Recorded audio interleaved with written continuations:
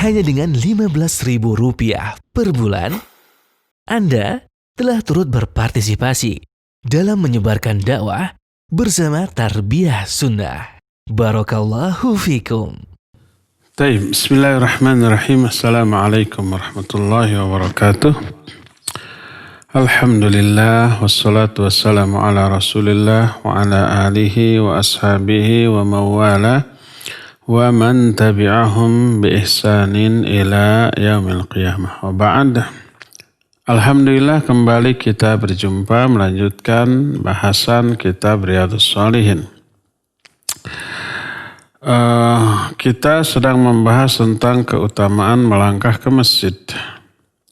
Salah satu di antara keutamaan melangkah ke masjid adalah menghapus dosa-dosa kita, selain menambah pahala kita, juga meningkatkan derajat kemuliaan kita dunia sampai akhirat.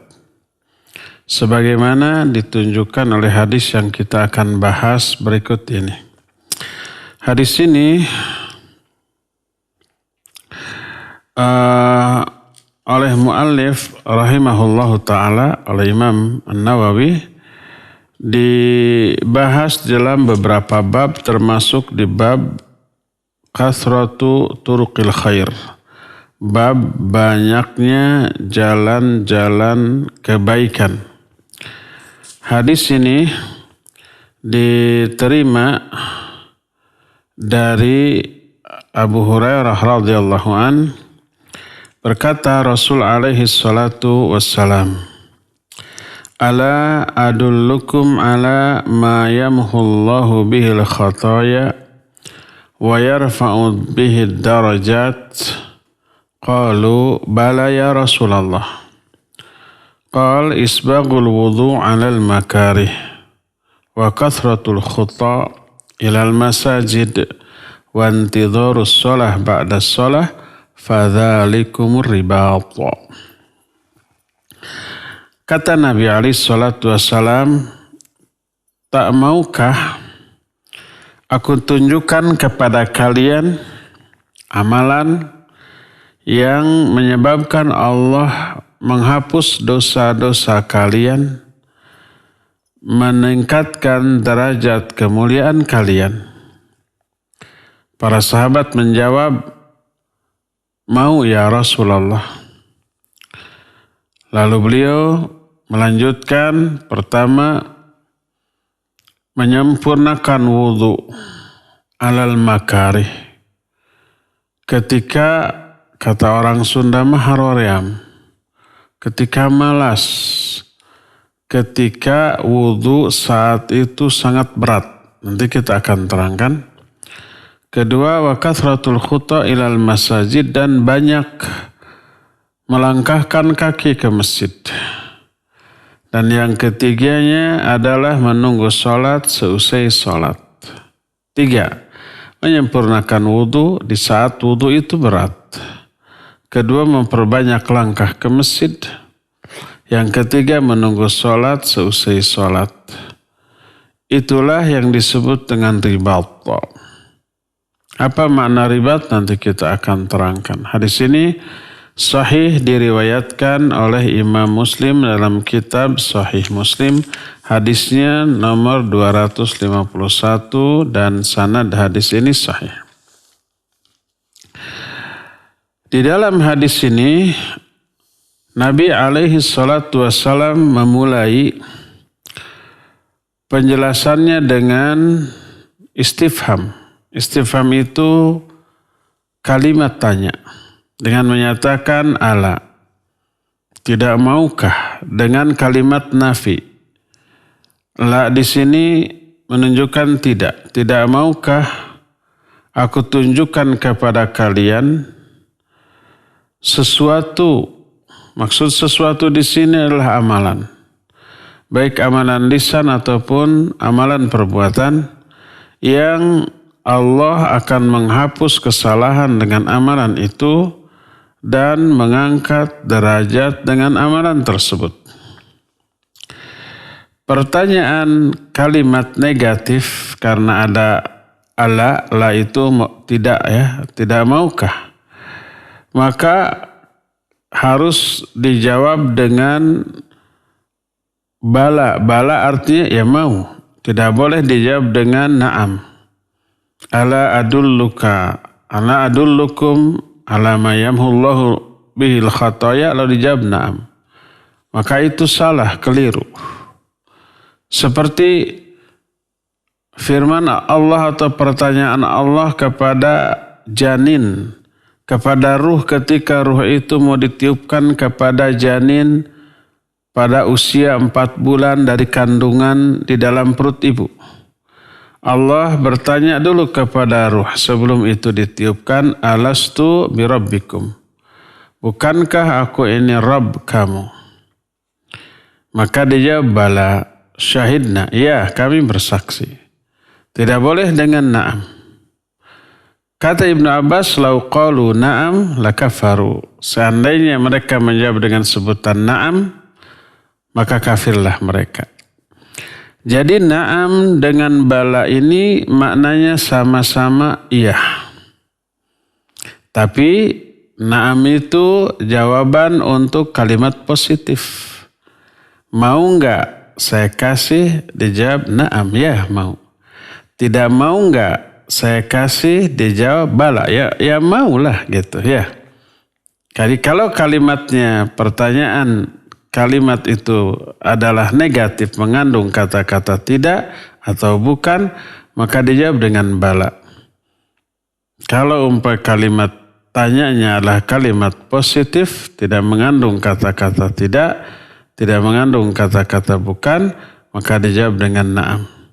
Seperti a'anta muslimun, apakah kamu itu muslim? Jawab na'am, saya muslim. Tapi kalau ditanya alasta musliman, bukankah kamu seorang muslim? Jangan dijawab na'am. Kalau dijawab na'am berarti bukan muslim.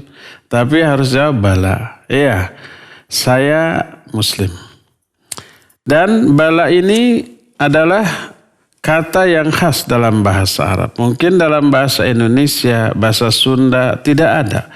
Apakah Anda ini muslim? Dijawab, iya saya muslim. Bukankah Anda ini muslim? Iya saya muslim. Sama, baik pertanyaannya apakah Anda muslim? Jawabnya iya. Bukankah Anda muslim? Jawabnya iya saya muslim. Kalau bahasa Arab harus dengan bala. Makanya di sini ketika Nabi SAW bertanya, ala adullukum ala ma yamhullahu bihi khataya wa yarfa'u bihi darajat, tidak maukah aku tunjukkan kepada kalian satu amalan yang menyebabkan Allah menghapus dosa kalian dan meningkatkan derajat kalian? Dijawab bala, ya kami mau. Nah, penjelasan yang diawali oleh pertanyaan itu merupakan uslub atau metodologi mengajar yang sangat bagus. Kenapa? Karena pertanyaan ini mengundang perhatian dari orang yang diajak bicara. Sebelum menerangkan, ditarik dulu perhatian mereka. Biar mereka itu fokus kepada ucapan dan penjelasan kita. Sebelum menjelaskan, mau enggak kalian saya jelaskan tentang hal ini? Ya, mereka akan dengar lalu fokus, mau. Oleh karena itulah banyak di dalam Al-Quran atau dalam hadis-hadis yang sahih, Allah dan Rasulnya sebelum menerangkan sesuatu didahului dulu oleh pertanyaan. Seperti dalam banyak ayat umpamanya Al-Qariyah, mal Qariyah, wa ma adraka mal Qariyah. Hari kiamat. Tahukah kalian apa hari kiamat itu? Tahukah kalian apakah hari kiamat itu? Nah, jadi sebelum menjelaskan hari kiamat diterangkan terlebih diberikan pertanyaan terhadap audiens, terhadap lawan bicara. Begitu pertanyaan diajukan, lawan bicara itu memberikan perhatian yang fokus. Baru setelah fokus diterangkan. Dalam ayat banyak yang seperti itu, ya. Seperti umpamanya surah Al-Qadar. Allah Azza wa Jalla menyatakan tentang Lailatul Qadar, tentang Lailatul Qadar. Wa ma adraka ma Lailatul Qadar? Tahu enggak kamu apakah Lailatul Qadar itu? Baru dijelaskan Lailatul Qadri khairum min alfis syahr. Termasuk juga dalam hadis Nabi SAW sebelum menerangkan sesuatu bertanya dulu. Cari perhatian dari para sahabat. Menunjukkan yang akan disampaikan itu penting. Beliau bertanya, atadruna mal ghibah? Tahu nggak kalian apakah gibah itu? Para sahabat mendengar itu memberikan perhatian lalu menjawab, Allah dan Rasulnya lebih tahu. Kata Nabi SAW, atadruna manil muflis? Tahu nggak kalian siapakah orang yang bangkrut itu? Jadi sebelum menjelaskan apa itu bangkrut, beliau bertanya dulu. Dan ini metodologi Qur'ani, metodologi sunnah. Al-Quran banyak memberi contoh, hadis juga banyak yang memberikan contoh. Sehingga para guru, para dosen, para pengajar sering meniru ini. Karena memang ini metode yang bagus untuk mengajar.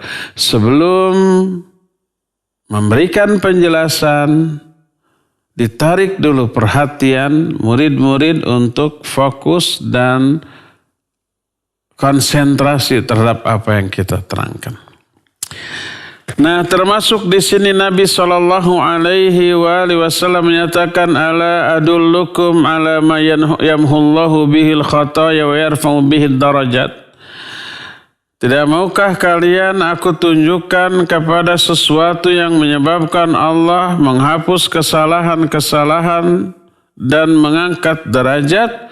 Para sahabat menyatakan, bala ya Rasulullah. Mau ya Rasulullah. Maknanya, akhbirna fa innana nawaddu an tukhbirana bima yarfa'u bihid darajat wa yamhu bihil khataya.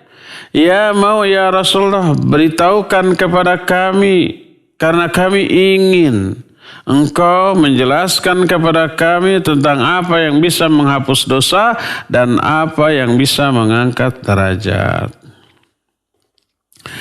Lalu Nabi SAW menyatakan ada 3. Pertama, isbaghul wudu' alal makarih, menyempurnakan wudu di saat wudu itu berat. Kapan wudu itu berat?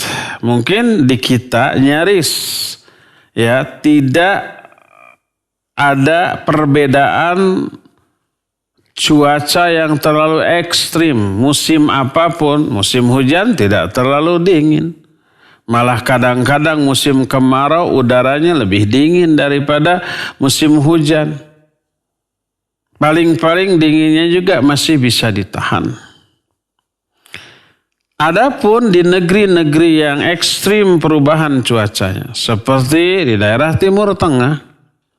Di Timur Tengah, kalau musim panas, cuaca itu, suhu udara itu bisa di atas 40 derajat, bahkan tak mustahil mencapai lebih dari 50 derajat Celcius. Air itu nggak bisa langsung digunakan kalau musim panas. Karena apa? Panas, ngebul. Kayak dispenser yang panasnya gitu aja. Keran dibuka langsung ngebul itu. Nggak bisa langsung dipakai wudhu atau mandi. Bisa ngajerete kita. Ditampung dulu di bak, di ember. Biarkan beberapa jam baru agak hangat baru bisa dipakai. Kalau langsung enggak. Itu kalau musim panas. Mulai April sudah mulai agak panas. Mei panas. Juni, Juli, Agustus itu puncaknya. Tapi kalau musim dingin, dinginnya itu sedingin es. Apalagi kalau umpamanya di daerah, di negara-negara yang ada di belahan bumi sebelah utara banget seperti Amerika, Eropa, Asia Timur seperti Jepang, sebagian Cina, kemudian Korea yang seperti itu. Ada musim dingin. Itu mulai November, Desember, Januari itu puncaknya musim dingin. Desember, Januari. Salju turun. Kebayangkan bagaimana airnya. Sekarang ada pemanas. Zaman dahulu mah tidak. Tidak ada pemanas. Dinginnya luar biasa. Paling pemanas itu ya harus digodok dulu, dididihkan oleh api di dalam panci umpamanya. Nah, kalau umpamanya di negeri-negeri yang lebih ekstrim lagi, Swiss, ya, Kanada, itu air yang menetes itu begitu musim dingin, tek langsung jadi es, nggak sempat menetes. Kalau umpamanya kita membuang air dari gelas, dilempar dari atas, sampai di bawah tuh jadi es. Saking dinginnya udara. Bayangkan bagaimana cara berpakaian. Berpakaian kalau keluar dari rumah itu, kaos kaki harus yang tebal juga rangkap. Gak bisa kita pakai pakaian kayak begini. Keluar, bisa menusuk itu dinginnya sampai ke tulang belulang. Ini bisa mati rasa semua anggota tubuh kita yang tidak tertutupi. Semua kan ditutupi kecuali wajah-wajah ini dicubitun nggak terasa sakit. Baal. Bayangkan menggunakan air untuk berwudu yang tidak dihangatkan terlebih dahulu. Oleh karena itu berkata para ulama di antara Syekh Al-Utsaimin rahimahullah, yakni itmamul wudu fi ayyamis syita. Lianna ayyamas syita yakunul ma'u fiha baridan. Makna berwudu alal makarih, isbagul wudu alal makarih, menyempurnakan wudu ketika makarih, maksudnya berwudu ketika musim dingin. Karena musim dingin airnya itu amat sangat amat sangat dingin sekali. Sehingga menyempurnakan wudu di saat itu adalah sesuatu yang sangat berat. Orang menjadi malas. Karena sangat dinginnya. Ya, baru aja disingkilkan ini baju untuk berwudu, baru aja kaos kaki dibuka, terus celananya diangkat untuk berwudu, itu angin dinginnya sudah menusuk ke kulit kita sampai menembus ke tulang kita. Kalau yang rematik sudah merengkel itu, sudah sakitnya nggak kepalang itu. Apalagi kena air wudunya. Oleh karena itu, keadaan seperti itulah yang disebut dengan sebutan makarih, berwudu dalam keadaan makarih. Berdasarkan hal itulah maka berwudu dalam keadaan seperti itu karena amat sangat berat, maka pahalanya jauh lebih besar dibanding berwudu dalam keadaan normal. Dalam keadaan musim panas umpamanya airnya sejuk, dingin ya enak. Berwudu itu bisa lebih semangat dibandingkan di musim-musim dingin. Tapi di musim dingin amat sangat malas. Ini yang dimaksud dengan al-makarih. Adapun bagi kita yang hidup di Indonesia, musim apapun, kondisi air, kondisi udara tidak begitu jauh berbeda. Musim dingin, musim panas, musim hujan ataupun musim kemarau, tidak begitu jauh perbedaannya. Paling-paling malasnya berwudu itu karena situasi, karena keadaan. Mungkin karena kita agak sakit dengan sakit yang tidak membahayakan apabila kena air, cuma malasnya bukan main. Atau karena kita lemas, lelah, atau karena ngantuk, atau yang sejenisnya, sehingga amat sangat malas untuk berwudu. Makanya bangun sepertiga akhir malam ketika terkantuk untuk berwudu, tantangannya karena lebih besar, maka berwudu saat itu jauh lebih besar pahalanya. Inilah yang menyebabkan dosa-dosa terhapus dan derajat kemuliaan terangkat naik. Lebih mulia daripada sebelumnya. Ya. Berkata Syekh Al-Utsaimin, yakni isbaghuhu fayusalu bidzalika masyaqqah 'ala an-nafs. Fa idza asbagha al-insan wudu'ahu ma hadhihi al-masyaqqah dalla hadha 'ala kamal iman.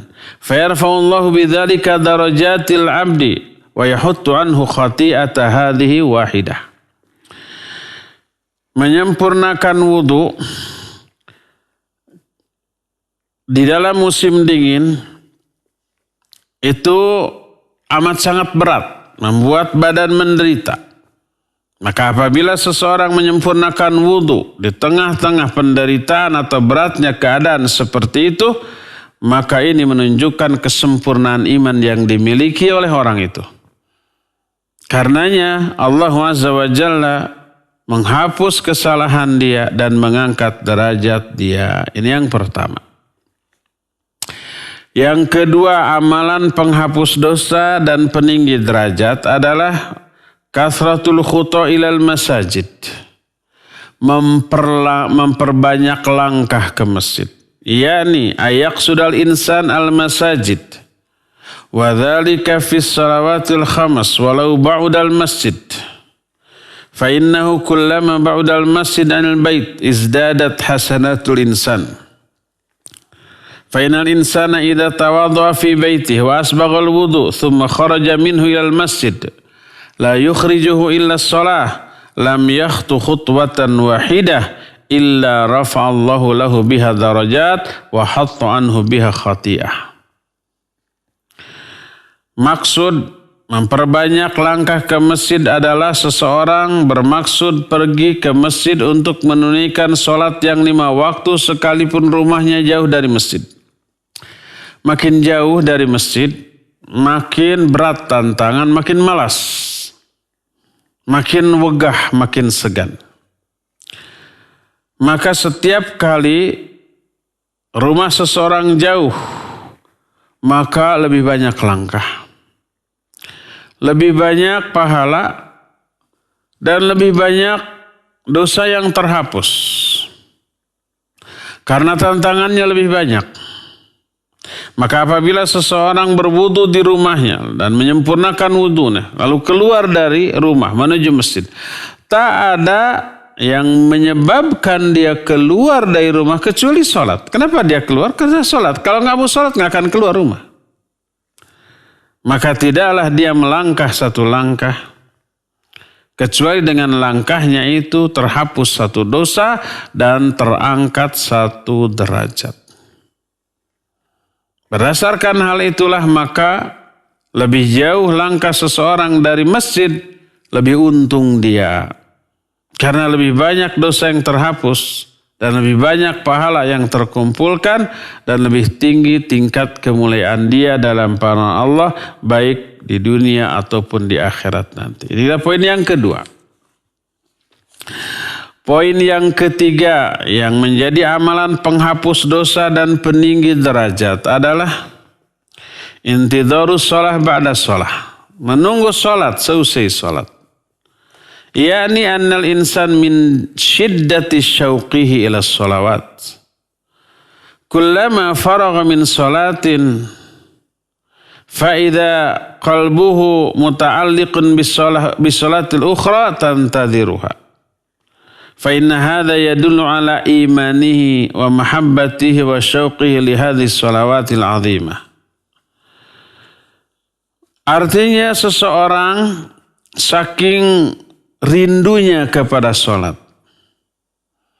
Setiap kali dia selesai sholat, hatinya terkait dengan sholat yang berikutnya. Lalu dia tunggu kedatangan sholat yang berikutnya tersebut. Dan ini menunjukkan kekuatan iman dan cinta serta rindunya orang ini kepada sholat yang agung ini. Yang kata Nabi alaihi salatu wasallam, wa ju'ilat qurratu aini fis shalah, dijadikan bahagia hati ini di dalam salat. Makanya Nabi alaihi salatu wasallam menyatakan, ya Bilal arihna bis shalah. Wahai Bilal, kita ini bahagia, nyaman, tenang dengan salat. Fa idza kana yantazir shalah ba'da shalah fa inna hadza mimma yarfa'u Allahu bihi darajat wa yukaffiru bihi al-khataya was-sayyi'at. Maka apabila seseorang menunggu salat setelah dia selesai dari salat sebelumnya, menunjukkan kerinduan dan kecintaan dia kepada salat, ingin segera salat yang berikutnya itu datang, inilah yang menyebabkan dosa-dosanya terhapus, derajatnya terangkat lebih daripada sebelumnya. Inilah 3 amalan penghapus dosa. Yang pertama adalah menyempurnakan wudhu ketika wudhu itu berat. Yang kedua memperbanyak langkah ke masjid. Dan yang ketiga menunggu sholat seusai sholat sebelumnya baru beres dilaksanakan. Lalu Nabi alaihi salatu wasallam menyatakan, fadzalikumur ribat. Itulah yang disebut dengan ribat. Apa makna ribat? Asal makna ribat adalah al-iqamatu ala jihadil adwi bil harbi wartibatul khayli wa idaduha. Wa hadha min a'zamil a'mal.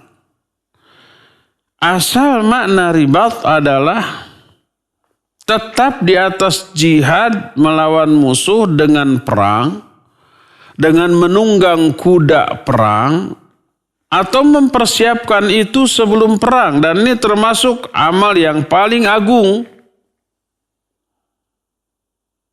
Maka pahalanya itu pahala jihad, tidak hanya selama jihad, tapi dari sebelumnya. Sebelum jihad dipersiapkan semua yang dibutuhkan untuk jihad. Dipersiapkan pedangnya, disiapkan juga kudanya, disiapkan juga perisainya, disiapkan juga perbekalan selama di sana agar tidak membebani sang imam yang saat itu adalah Nabi SAW. Bawa makanan sendiri, bawa minuman sendiri, ya, perbekalan sendiri, senjata sendiri. Tidak disuplai oleh negara saat itu. Oleh karena itu, jihad zaman itu dengan harta dan jiwa. Tidak hanya jiwa saja, tapi juga dengan harta. Hartanya siap dikorbankan. Untuk kepentingan jihad fi sabilillah. Dan inilah asal kata ribat. Kata Nabi SAW, 3 amalan tadi itulah jihad. Menyempurnakan wudhu di saat berat untuk wudhu, memperbanyak langkah ke masjid, menunggu sholat seusai sholat itu sebanding dengan jihad. Maknanya adalah annal muwadhabata ala taharati was shalah wal ibadah kal jihad fi sabilillah. Bahwa terus menerus memelihara diri dalam kesucian dengan cara berwudu, terus menerus memelihara sholat berjamaah di awal waktu bersama imam di masjid, terus menerus memelihara sholat ini secara sempurna, pahala yang sama dengan jihad fi sabilillah. Berdasarkan hal itulah maka ternyata amalan yang tidak berisiko nyawa. Kalau jihad kan berisiko nyawa, bisa mati, bisa terluka, bisa cacat seumur hidup, bisa tertangkap, tertawan dan memperoleh siksaan serta perlakuan yang menghinakan. Itu jihad. Makanya pengorbanan jihad itu super tinggi, sumber agung. Makanya pahalanya besar. Menang kalah pahalanya besar. Makanya dosa-dosa yang terhapus dengan jihad juga besar. Sebesar pengorbanan yang teralami oleh prajurit di medan perang jihad. Itu jihad mengandung resiko ancaman terhadap nyawa. Tapi 3 amalan yang keutamaannya sebanding dengan jihad, tapi resikonya tidak sama dengan jihad. Yaitu apa tadi? Menyempurnakan wudhu ketika berat untuk berwudhu. Nah, sampai terancam tuh nyawanya. Tapi ada rasa malas, ada rasa penderitaan, iya. Melangkahkan kaki ke masjid, itu juga tidak terancam jiwanya. Belum pernah terdengar ada orang mati karena melangkah ke masjid. Ya kecuali kalau nyebrang terus tertabrak. Atau umpamanya mau berangkat ke masjid ada yang nyegat, ngerampok di jalan. Atau mungkin ada orang yang mau membunuh. Sekarang kan ada upaya ustadz-ustadz itu diincar untuk dibunuh. Masjid-masjid dilempari gitu ya. Lalu mengaku gila. Nu gelo ngaku gelo. Biasa nama yang gila itu ngaku dirinya waras. Jadi kalau orang mengaku dirinya gila berarti waras yang ngaku gila. Sebab orang gila ngaku waras, tidak mengakui kegilaan. Oleh karena itulah maka ada resiko di sana. Tapi resikonya kecil. Kecil sekali. Hanya 1-2 kasus di antara jutaan kasus berangkat ke masjid. Tapi walaupun risikonya tidak mengancam nyawa seperti yang terjadi pada jihad fi sabilillah, pahalanya luar biasa. Ya, oleh karena itulah maka 3 amalan tersebut merupakan amalan yang sangat agung, diserupakan oleh Nabi SAW dengan jihad fi sabilillah. Karena itu mengangkat derajat dan juga menghapus dosa-dosa. Ingat, 3 amalan penghapus dosa yang diterangkan dalam hadis ini. Yang pertama adalah menyempurnakan wudhu di saat kita amat sangat malas untuk berwudhu. Disebut isbagul wudhu alal makarih. Menyempurnakan wudhu di saat kita ini sedang amat sangat berat melakukan wudhu. Karena situasi, karena keadaan, baik karena cuaca yang sangat dingin. Atau di kampung-kampung tertentu nih.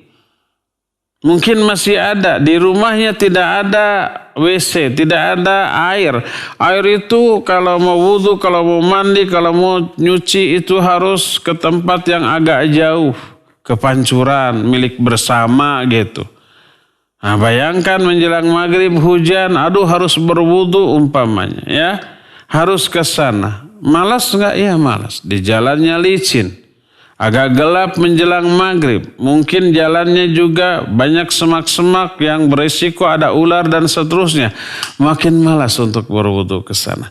Tapi demi iman, demi untuk menunaikan sholat yang agung ke sana, itu pahalanya lebih besar daripada orang-orang yang tidak mengalami hambatan apa-apa untuk berwudu ya. Jadi yang pertama adalah menyempurnakan wudu ketika berat untuk berwudu. Yang kedua, perbanyak langkah ke masjid. Makin jauh rumahnya dari masjid, makin banyak langkahnya, makin banyak pahala, makin banyak dosa yang terhapus. Dan yang ketiga, menunggu sholat, ba'da sholat, dan itu sebanding dengan jihad fi sabilillah. Ya, cukup ya sampai di sini dan kita masuki sesi tanya jawab. Wassallallahu ala nabiyina Muhammadin wa ala alihi wa ashabihi wassalam. Mangga. Syukuran Ustaz atas penjelasannya yang sangat bermanfaat bagi kita semua yang menyimak kajian kita di pagi hari ini. Dan kami undang antum semua para pendengar dan juga pemirsa untuk bertanya secara langsung kepada Al-Ustaz. Kami persilakan antum bisa menghubungi kami di nomor telepon 022-8686-2637 atau melalui pesan singkat di nomor 081122714776. Baik, sudah ada penelpon yang pertama kita angkat. Halo. Silakan. Assalamualaikum. Waalaikumsalam warahmatullahi wabarakatuh. Dari siapa, di mana Ibu? Tadi pertanyaannya yang mengenai poin yang kedua sama yang ketiga, Ustadz. Tadi telah diterjemahkan Ustadz memperbanyak langkah ke masjid. Yang kedua. Ya. Ketiga, menunggu sholat setelah sholat. Ya. Kalau bagi seorang akhwat itu gimana Ustadz amalannya Ustadz? Baik. Sudah Bu? Syukron Ustadz Apa? jawabannya. Assalamualaikum. Waalaikumsalam warahmatullahi wabarakatuh. Iya, Umu Fikri di Padang ya. Mungkin melalui radio atau TV, surau TV. Radionya apa di Padang? Dulu Ray Padang. Darul Iman gitu. Darul Iman ya. Pertanyaan yang pertama adalah, memang hanya satu bukan yang pertama. Poin kedua, memperbanyak langkah ke masjid. Ini untuk laki-laki. Poin ketiga, menunggu sholat ba'da sholat. Ini apa untuk laki-laki saja? Enggak, untuk perempuan juga. Adapun yang dimaksud memperbanyak langkah ke masjid, boleh enggak bagi wanita? Boleh, wanita boleh ke masjid. Bahkan kalau wanita baik seorang istri atau seorang putri yang sudah dewasa mau ke masjid, bilang ke ayahnya, bilang ke suaminya untuk ke masjid, nggak boleh dilarang. Hadis Nabi SAW menyatakan, La tamna'u ima Allah masajid Allah. Jangan kalian larang para wanita dari masjid-masjid Allah. Kecuali kalau ada uzur, kalau ada penyebab yang mengharuskan wanita dilarang ke masjid. Seperti banyaknya fitnah di jalannya atau di masjidnya. Tidak adanya penghalang antara laki dan perempuan ya. Di jalannya banyak orang-orang lelaki-lelaki iseng yang mungkin menggodanya atau mengganggunya. Maka lebih baik di rumah. Atau keluarnya aman, tidak ada yang mengganggu, tapi dia menjadi pengganggu. Keluarnya menor. Memakai wangi-wangian, setiap lelaki yang berpapasan tergoda ya, tidak mengganggu, tapi mereka tergoda maka jangan, maka harus dilarang. Tapi kalau tidak ada fitnah, tidak menjadi fitnah bagi orang lain, tidak diganggu orang lain, tidak menjadi jalan maksiat di jalannya ataupun di masjidnya, lalu mau ke masjid maka jangan dilarang. Tapi Nabi SAW menyatakan wa buyutuhunna khairul lahun. Tapi rumah-rumah mereka lebih baik. Makna lebih baik aktsaruha ajra, lebih banyak pahalanya. Kalau wanita salat berjamaah di masjid dia dapat pahala sama dengan laki-laki. Selama aman. Tapi kalau wanita itu salat di rumahnya, pahalanya lebih besar daripada sholat di masjid secara berjamaah. Oleh karena itulah maka kalau yang dikejar oleh wanita itu dengan sholat ke masjid adalah pahala, mestinya mereka diam di rumah dan sholat di rumah. Karena pahalanya lebih besar daripada apabila dia sholat di dalam masjid. Walaupun aman disertai dengan suaminya atau disertai dengan ayahnya atau disertai dengan mahramnya, walaupun aman tetap wa buyutuhunna khairul lahun. Rumah mereka lebih baik. Ini berlaku bagi wanita-wanita yang ada di Madinah saat itu yang sholat di Masjid Nabawi 1000 kali lipat dibanding di masjid-masjid lain. Kata Nabi SAW, kalau kalian sholat di rumah lebih banyak pahalanya daripada sholat di Masjid Nabawi. Termasuk juga bagi wanita di Mekah lebih utama, lebih banyak pahalanya di rumah dibanding sholat di Masjidil Haram. Berlaku bagi semua masjid di seluruh dunia. Berdasarkan hal itulah maka wanita tetap memperoleh pahala yang lebih besar apabila dia sholat di rumah dibanding ke masjid. Adapun menunggu sholat seusai sholat umpamanya zuhur atau maghrib, seusai sholat dia tidak beranjak dari tempatnya, seorang wanita tetap di rumahnya, dia tetap di atas sajadahnya, di atas tempat dia sholat tadi, lalu berzikir, berdoa, membaca Al-Quran sampai datangnya Isya. Ya, itu sama terkena dengan hadis tadi, wantidharus sholah ba'da sholah. Kecuali kalau dia punya kewajiban. Itu hukumnya sunnah. Diam di tempat sholat, menunggu sholat yang berikutnya itu sunnah. Kalau yang sunnah dilakukan mengabaikan yang wajib maka tidak boleh. Kalau seorang istri demikian, harusnya dia menyiapkan makan malam untuk suaminya, tapi ba'da sholat maghrib dia sibuk baca Quran sampai isya. Suaminya menunggu untuk dikasih makan, menunggu untuk ditemani makan. Akhirnya suaminya marah, ya udahlah makan sendiri, saya juga bisa. Tapi dengan hati dongkol, kurang nyaman hatinya karena inginnya ditemani istri, dialasin, dilayani oleh istrinya. Dan itu memberikan kepuasan batin tersendiri dalam hati suami. Tapi ini tidak, malah asik baca Al-Quran. Maka dosa dia.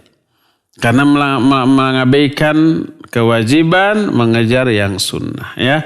Tapi kalau tidak ada kewajiban, umpamanya dia wanita itu sendiri tidak memiliki suami atau suaminya belum pulang, masih kerja, silakan dia tunggu waktu datangnya isya di tempat sholatnya dengan apapun yang dia inginkan dari amal-amal soleh yang disyariatkan. Baca Quran, berzikir, berdoa, silakan. Ya. Demikian, wallahu a'lam bishawab. Silakan lagi. Nah, syukron Ustaz atas jawabannya. Kita angkat penelpon yang berikutnya. Halo. Assalamualaikum. Waalaikumsalam warahmatullahi wabarakatuh. Dari siapa, di mana Pak? Dari Pak Mulyono di Maduranya. Silakan Pak Mul. Ustaz, saya mau tanya. Masalah melangkah ke masjid yang jauh pahalanya lebih besar. Bagaimana kalau rumahnya dekat masjid, mencari jalan berputar supaya banyak langkahnya, boleh atau tidak? Sekian, assalamualaikum warahmatullahi wabarakatuh. Waalaikumsalam warahmatullahi wabarakatuh. Ya Pak Mul, umpamanya rumah masjid itu ada di belakang rumah, dan rumah kita ada 2 pintu, di depan ada, di belakang ada. Lalu biar agak jauh dia mengambil jalan dari depan, agak mutar sampai ke belakang, langkahnya lebih banyak. Bisa lewat belakang tapi cuma paling 10-20 langkah. Tapi kalau lewat depan bisa 50-60 langkah. Boleh nggak? Boleh. Kalau memang itu jalannya. Adapun kalau itu bukan jalannya, umpamanya mesinnya di belakang rumah. Ada 2 pintu, pintu belakang, pintu depan. Dia sengaja ya keluar dari pintu depan, jalan-jalan dulu. Muter dulu, ke warung dulu, ngopi dulu. Biar langkahnya itu gede, biar langkahnya itu banyak. Muter dulu. Ke jalan yang bukan rutenya. Hanya sekedar untuk memperbanyak langkah. Maka itu mah bukan melangkah menuju masjid, tapi melangkah untuk jalan-jalan dulu sebelum ke masjid. Karena itu bukan rutenya, maka itu tidaklah dihitung. Tapi kalau umpamanya dari depan muter ke sana, emang rutenya ke sana, maka dibolehkan. Tidak apa-apa ya, ambil jalan yang terjalur. Jadi kalau umpamanya ada 2 jalan atau 3 jalan dari rumah ke masjid, ambillah jalan dengan jarak terjauh. Ya, itu lebih utama. Wallahu a'lam. Silakan. Syukron Ustaz atas jawabannya. Kita angkat penelpon kembali. Halo. Halo, assalamualaikum. Waalaikumsalam warahmatullahi wabarakatuh. Silakan Pak, udah masuk. Siapa di mana? Ya, saya Agus dari Tangerang, Ustaz. Silakan Pak Agus. Lebih baik lewat telepon langsung dengernya ya, jangan lewat TV atau radio sebab ada delay. Ya, saya ingin menanyakan Ustaz tentang hadis melangkah ke masjid. Apakah itu berlaku juga kalau kita menggunakan kendaraan bermotor Ustaz atau naik motor Ustaz? Iya. Ya Ustaz, terima kasih. Wassalamualaikum. Waalaikumsalam warahmatullahi wabarakatuh. Iya, Agus di Tangerang. Bagaimana dengan naik motor? Umpamanya agak jauh 1 kilo. Boleh nggak naik motor? Terus kondisinya panas. Zuhur, asar. Dari rumah ke jalan itu aspal terus, tidak ada pepohonan, tidak ada bangunan. Akhirnya pakai motor. Boleh apa tidak? Boleh tentu saja. Bagaimana menghitungnya? Syekh Al-Utsaimin rahimahullah menghitung 1 langkah dengan motor itu dengan 1 putaran ban. Mungkin diameter ban itu 0,5 meter gitu ya. Nah jadi 1 putaran itu dihitung sama dengan 1 langkah. Jadi berapa putaran ban dari rumah dia ke masjidnya, sebanyak itulah yang dihitung. Itu yang pertama. Yang kedua, unsur masyaqqah. Masyaqqah itu penderitaan, perjuangan. Dengan naik motor jauh lebih enteng daripada dengan berjalan kaki. Kalau berjalan kaki bisa keringetan kita. Berjalan kaki bisa pegal betis kita, pinggul kita. Berjalan kaki bisa kepanasan kita. Tapi kalau dengan motor, ya pertama tidak ada resiko-resiko tadi. Ya, malah enak, seger karena ada angin gelebug. Jadi enak ke badan, serasa dikipasin dengan angin yang alami. Ya, nah paling pengorbanannya adalah keluar bensin. Yang tak seberapa, belum tentu umpamanya Rp2.000 lah PP dari rumah ke masjid dengan motor itu. Bensin yang dihabiskan. Tapi apapun itu termasuk pengorbanan seringan apapun. Oleh karena itulah, maka pahala berjalan kaki tidak bisa disamakan dengan pahala naik kendaraan. Adapun kalau di daerah-daerah Timur Tengah, masjid itu seringkali jauh, bisa 3 kilo, bisa 4 kilo, bisa 5 kilo. Terus kondisinya ya jalan raya. Maka rata-rata mereka itu pakai mobil. Kalau mau ke masjid dari rumah ya pakai mobil. Kalau tinggalnya di perkotaan. Adapun kalau tinggalnya di kompleks begitu, kompleks itu ada masjid, jalannya juga bukan jalan raya, tapi jalan kompleks biasa, besar, beraspal gitu ya.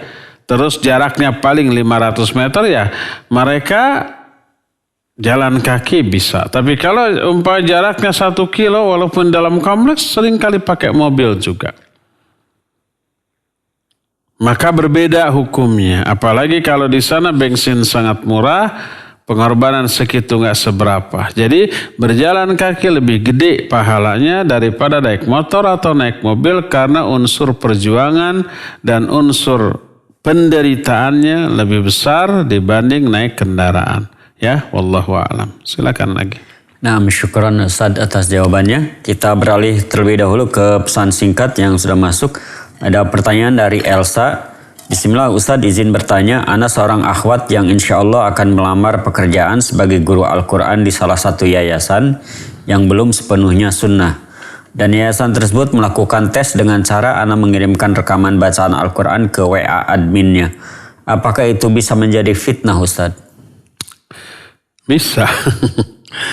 Iya, barakallahu. Sebenarnya hukum asal suara wanita selama dia berbicara atau mengeluarkan suara dengan normal nggak masalah.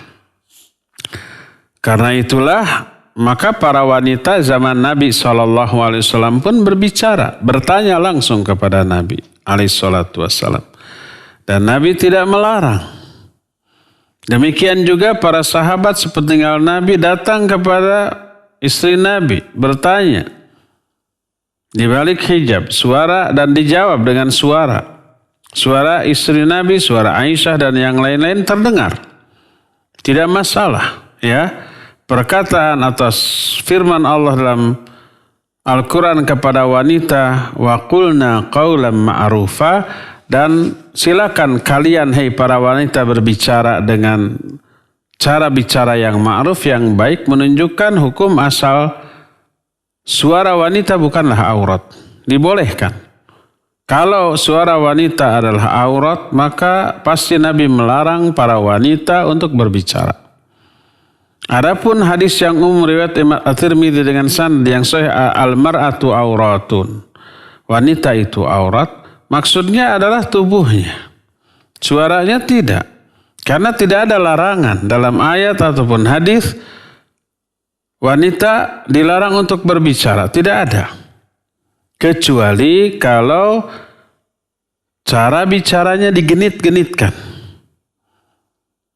Diseksi-seksikan. Sehingga laki-laki yang ada penyakit syahwat di dalam hatinya merasa terpesona, maka tidak boleh. Allah menyatakan dalam Al-Quran surah Al-Ahzab, wala takhda'na bil qawli fayatma'alladzi fi qalbihi marad. Janganlah kalian hai para wanita menggenit-genitkan suara kalian, sehingga laki-laki yang dalam hatinya ada penyakit merasa terpesona.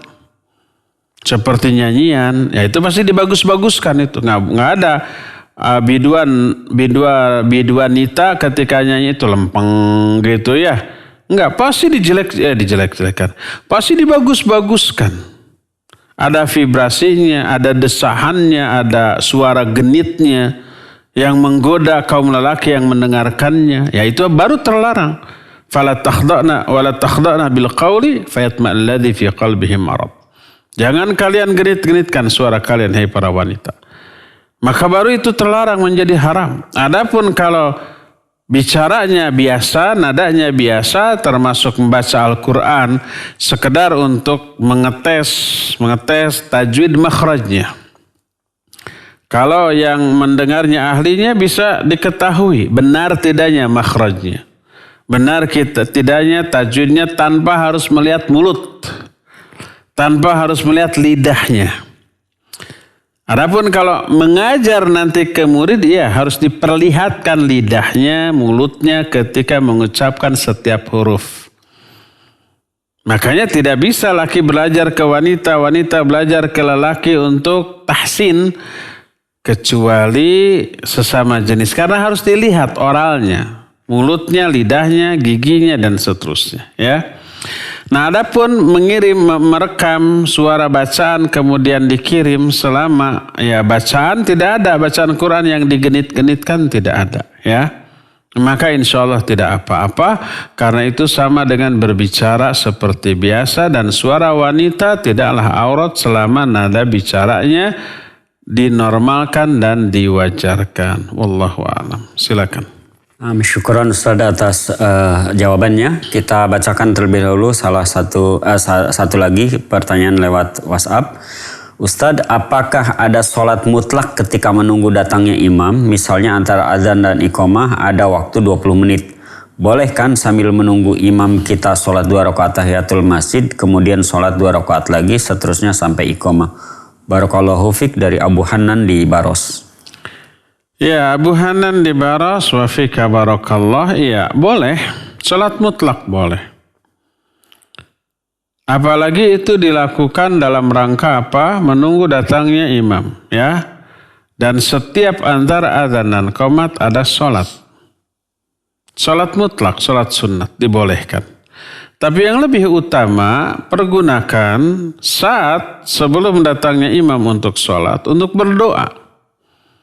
Karena Nabi SAW menyatakan la yuraddu du'a bainal adzan wal iqamah. Tidak akan ditolak doa antara azan dan qomat.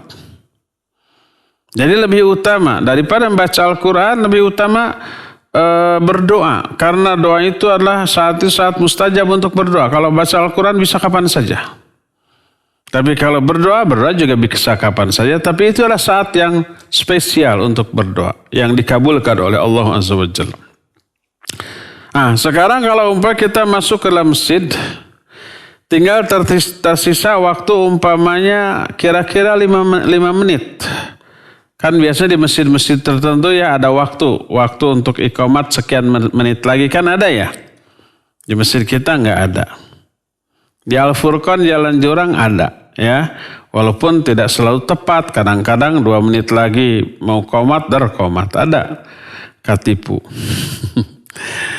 Nah, umpamanya ada 5 menit lagi waktu untuk menjelang qomat, kita sudah sholat umpamanya tahiyatul masjid, ya. Kita belum sholat tahiyatul masjid, kemudian kita masuk. Mending mana? Mending berdoa atau mending sholat? Mending sholat. Sholat tahiyatul masjid. Atau kalau ada qoblanya belum qobla, ya qobla. Kenapa lebih utama sholat? Bukankah saat itu momen yang bagus untuk berdoa? Karena kalau sholat menunaikan hak Allah atas diri kita, kalau berdoa meminta hak kita kepada Allah.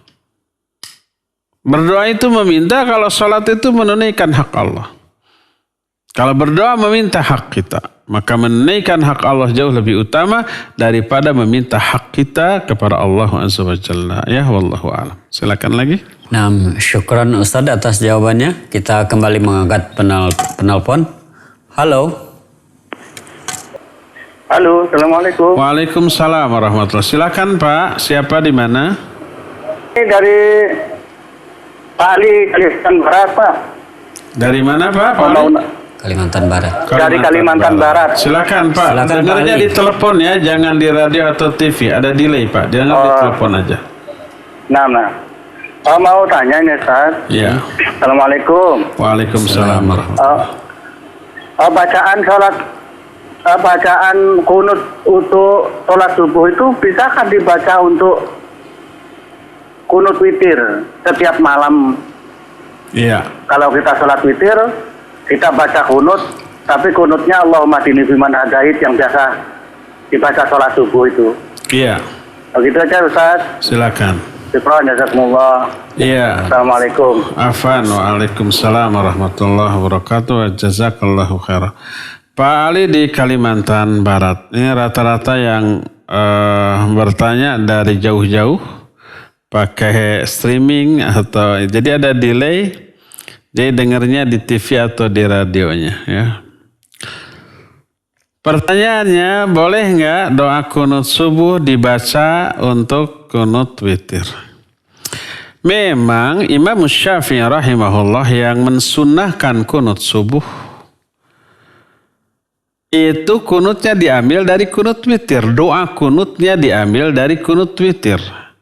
Hadis yang diterima dari Hasan bin Ali radhiyallahu an, kata Al Hasan bahwa Rasul SAW mengajarkan kunut kepada beliau untuk sholat witir. Hadis ini juga dinukil Imam Ibnu Hajar dalam kitab Bulughul Maram. Ya, lalu Nabi SAW mengajarkan Allahumma hdini fiman hadait wa afini fiman afait wa tawallani fiman tawad sampai akhirnya. Itu adalah doa asal untuk kunut witir. Yang kemudian oleh Imam Syafi'i rahimahullah yang berpendapat sunnahnya kunut subuh untuk beliau ya. Lalu doa untuk kunut subuh itu diambil dari doa kunut witir. Berdasarkan hal itulah maka hukum asal doa kunut subuh diambil dari kunut witir. Bukan sebaliknya.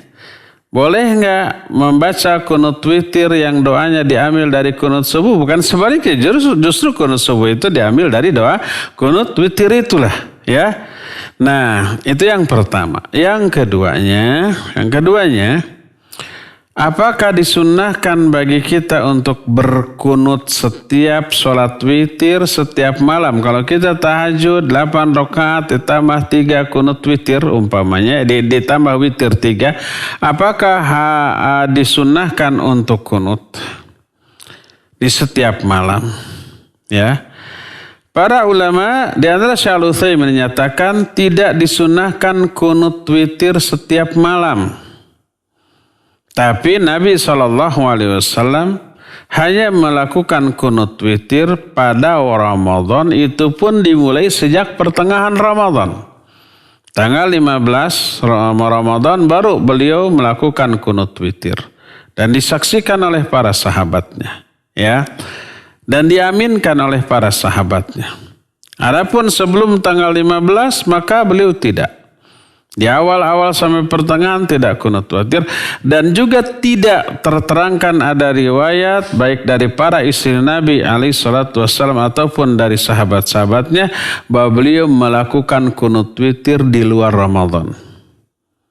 Aisyah tidak meriwayatkan, Hafsah tidak, Ummu Salamah tidak, dan istri-istri yang lain juga tidak, bahwa beliau melakukan kunut witir di setiap malam pada waktu tahajud, selesai tahajud lalu witir, lalu kunut witir, tidak. Kunut witir hanya beliau lakukan ketika Ramadan, itu pun sejak pertengahan Ramadan sampai ke atas. Maka dari sinilah para ulama menyatakan tidak disyariatkan untuk melakukan kunut witir di waktu malam setiap kali kita tahajud ditutup witir, karena sunnahnya kunut witir hanya untuk bulan Ramadan. Wallahu a'lam. Silakan lagi. Terakhir ya. Ya, nah, syukran Ustaz atas jawabannya. Kita angkat penelpon yang berikutnya. Halo. Halo Bapak Ibu. Assalamualaikum. Waalaikumsalam. Dari siapa di mana Ibu? Dengan Ummu Sofi di Riau, Pak. Silakan Ummu Sofi. Ini Pak Ustadz, anak saya umurnya udah 2 tahun setengah. Dia belum bisa ngomong gitu Pak. Masih gitu ngomongnya lah. Ini pertanyaannya gini Pak. Dulu waktu hamil pernah ribut sama suami. Ya sampai keluar omongan suami yang nggak mengenakan hati istrinya, sampai istrinya nangis-nangis, ribut gitu Pak. Apa ada hubungannya dengan itu ya Pak ya? Jadi anak saya belum bisa ngomong. Yang kedua, pertanyaannya, saya najar kalau pandi anak saya cepat ngomong gitu, maksudnya potongkan kambing gitu seekor sedekah sama anak yatim gitu Pak, sama puasa seminggu. Gimana tiap hukumnya dalam Islam? Syukran ya Pak, jazakumullah khairan. Assalamualaikum. Waalaikumsalam warahmatullahi wabarakatuh. Iya. Barakallahu fiik. Siapa? Ummu siapa? Musofi? Musofi. Musofi di Riau. Mungkin melalui Asil TV atau mungkin Radio Hidayah di Pekanbaru ya. Ada 2 pertanyaan. Anaknya sudah 2,5 tahun tapi belum bisa ngomong, belum bisa bicara. Sebaiknya diperiksakan ke dokter saja, itu yang pertama ya. Dan banyak kasus seperti itu. Saya juga punya cucu sudah 2 tahun tapi belum bisa bicara ya. Maksudnya belum bisa bicara benar gitu. Tapi kalau dia ngomong dalam bahasa dia ya bisa.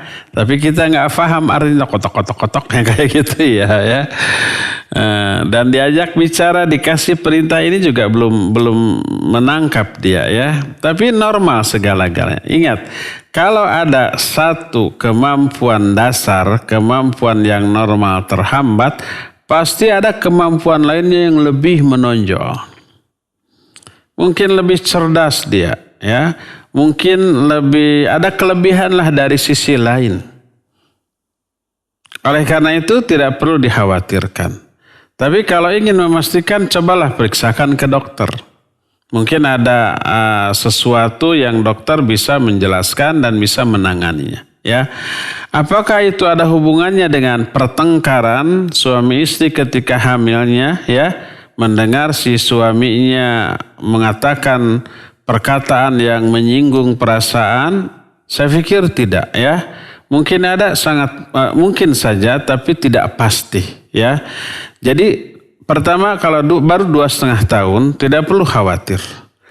Mungkin dari aspek itunya agak terhambat, tapi dari aspek lain pasti ada sesuatu yang menonjol. Ya, mungkin staminanya yang lebih prima, mungkin dia lebih cerdas, mungkin nanti dia akan lebih cepat hafal atau cepat menangkap pelajaran dan yang sejenisnya. Pasti ada sesuatu yang menonjol dari aspek lainnya. Jadi tidak perlu khawatir. Kalau sudah 5 tahun belum bisa ngomong juga, nah itu baru khawatir. Tapi untuk memastikan, cobalah pergi ke dokter dan dikonsultasikan. Mungkin dokter tahu jawabannya tentang hal itu ya. Itu yang pertama. Kedua, boleh nggak bernazar? Hukum asal nazar adalah makruh. Karena apa? Nazar itu kata Nabi SAW adalah keluarnya infak dari orang bakhil, orang pelit. Jadi mau infak kalau keinginan pribadi dia itu dipenuhi dulu, barulah mau infak kayak gitulah. Kalau nggak ada keinginan mah nggak keluar tuh infaknya. Hukum asalnya makruh. Tapi kalau sudah diungkapkan nazar, maka wajib ditunaikan dan menunaikannya ibadah, dapat pahala.